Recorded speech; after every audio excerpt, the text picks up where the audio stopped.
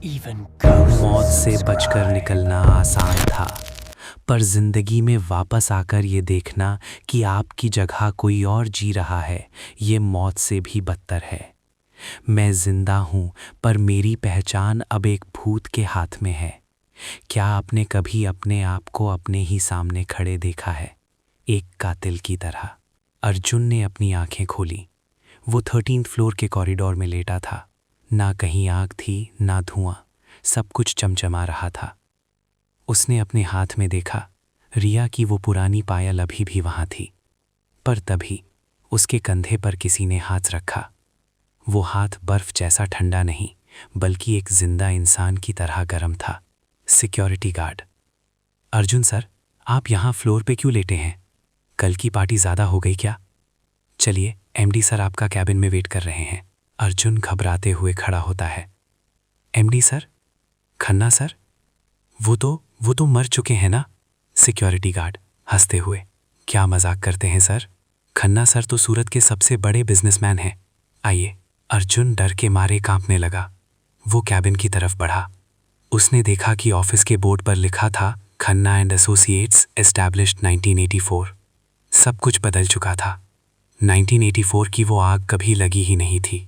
Arjun cabin के पास पहुंचा और जो उसने देखा उसने उसके होश उड़ा दिए। सामने डेस्क पर शर्मा जी बैठे थे। उनके बाल बिखरे नहीं थे, वो एक महंगा सूट पहने थे और उनका चश्मा गोल्ड प्लेटेड था। शर्मा जी, आप जिंदा हैं? आप ठीक हैं? अरे अर्जुन, इतनी हैरानी क्यों? आज हमारा सबसे बड़ा प्रोजेक्ट लॉन्च हो रहा है और तुम हो कि ऐसे देख रहे हो जैसे कोई भूत देख लिया हो। वैसे रिया तुम्हारे लिए कॉफी लेकर आई है। ये लो अर्जुन, तुम्हारी फेवरेट ब्लैक कॉफी। और हाँ, खन्ना सर बुला रहे हैं, आज तुम्हारा प्रमोशन अनाउंस होने वाला है। रिया, तुम गीले बालों में नहीं हो, तुम्हारे हाथ गरम है। अर्जुन, सबके सामने क्या कर रहे हो? चलो जल्दी। अर्जुन कैबिन में गया। मिस्टर खन्ना वहां बैठे एक सिगार पी रहे थे। उनका चेहरा एकदम साफ था, पर जैसे ही अर्जुन ने उनकी टेबल पर देखा, वहां एक फोटो फ्रेम रखी थी। वो फोटो 1984 की थी, जिसमें अर्जुन, खन्ना, रिया और चमन एक साथ खड़े थे। बैठो अर्जुन, या कहूँ नए अर्जुन। हमें पता था तुम उस पोर्टल से वापस आओगे, पर तुमने एक गलती कर दी। तुमने उसे वहां छोड़ दिया। किसे? मेरे हमशक्ल को? नहीं, तुमने उस डर को वहां छोड़ दिया जो हमें बंधे हुए था। 1984 में जब तुमने आग लगाई तो तुमने हमें मौत से बचा लिया, पर हमें एक अमर श्राप दे दिया। हम जिंदा तो हैं, पर हम इंसान नहीं हैं। अचानक मिस्टर खन्ना ने अपनी सिगार अपने हाथ पर बुझाई, पर उन्हें दर्द नहीं हुआ। उनका मांस जला, पर खून नहीं निकला। ये क्या है? आप लोग अभी भी मरे हुए हैं। हम जिंदा लाशें हैं अर्जुन, और ये दुनिया जो तुम देख रहे हो, ये एक जिंदा कब्रिस्तान है जिसे तुमने बनाया है। हमें हर 40 साल में एक जिंदा आत्मा चाहिए होती है इस झूठ को बरकरार रखने के लिए, और इस बार तुम्हारी बारी है। अर्जुन कैबिन से बाहर भागता है, पर रास्ते में वो ठिठक जाता है।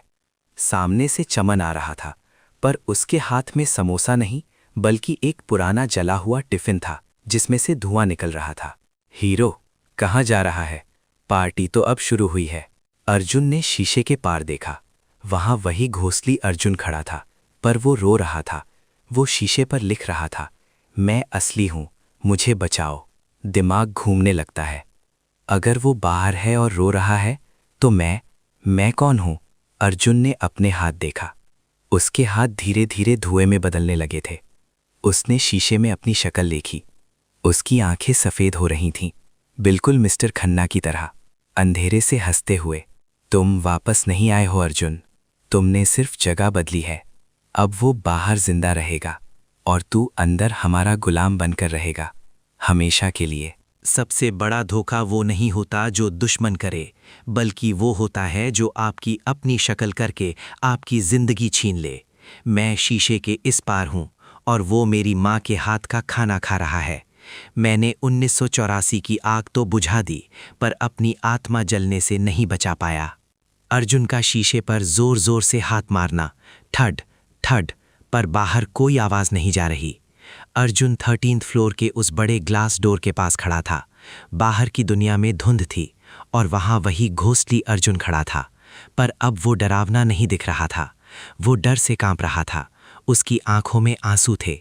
उसने अपनी शर्ट थोड़ी नीचे की। उसके सीने पर कोई धब्बा नहीं था। वो जिंदा था। नहीं, ये नहीं हो सकता। अगर वो जिंदा है तो मैं भूत हूं। अर्जुन ने अपने हाथ देखे, वो धीरे धीरे ट्रांसपेरेंट हो रहे थे।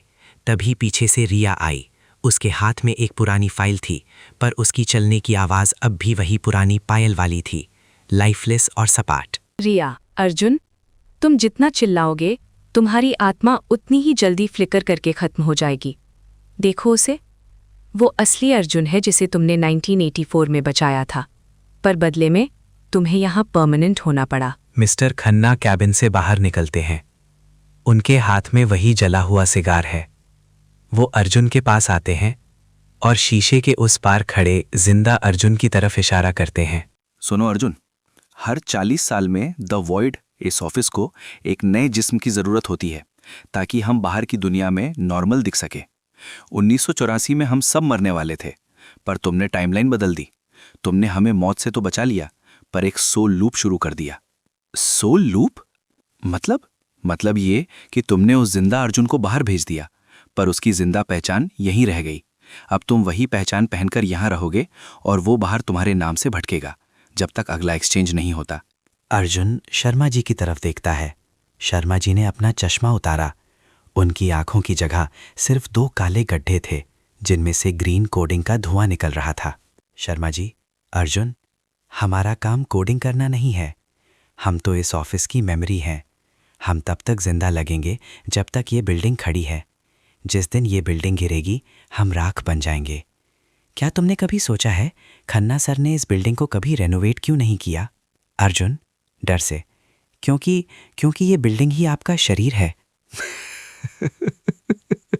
एग्जैक्टली, ये दीवारें हमारा मांस है और ये बिजली के तार हमारी नसें, और अब तुम इस बिल्डिंग का न्यूज़ सर्वर हो।